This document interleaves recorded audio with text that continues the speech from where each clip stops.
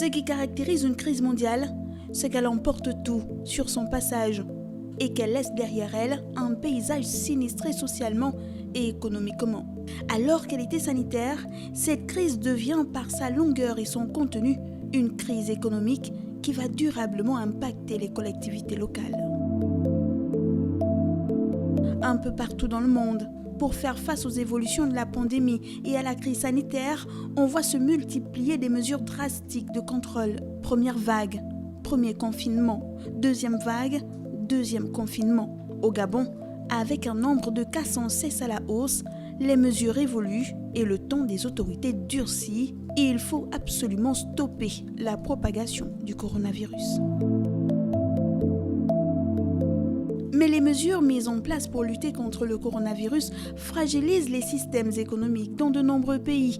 Le Gabon n'est pas épargné. D'importants investissements sont prévus dans le cadre de ces projets. Sur la période revue, la croissance serait impulsée principalement par le secteur minier, la sylviculture et l'industrie du bois, les BTP et l'électricité, le gaz et l'eau. Mais avec des mesures trop restrictives, la relance est-elle possible? Nous avons déjà le secteur du tourisme qui est pratiquement mort, c'est-à-dire les hôtels et les restaurants.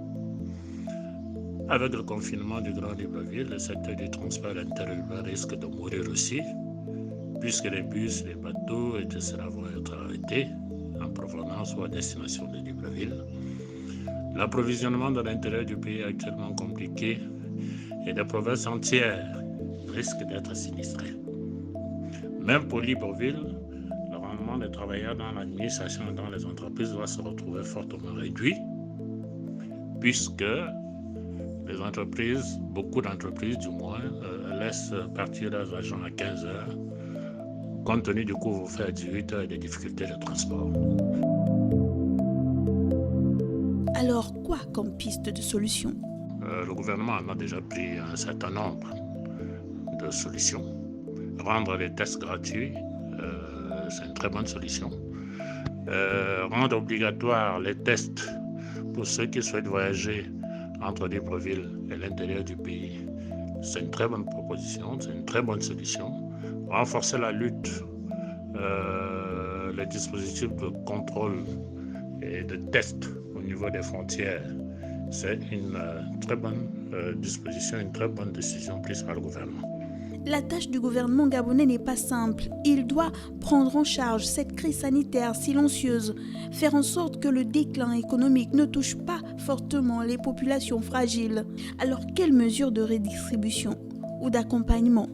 L'effort de la relance permettra-t-il aux populations de conserver des niveaux de vie décents, à même de leur permettre de préserver correctement leur santé?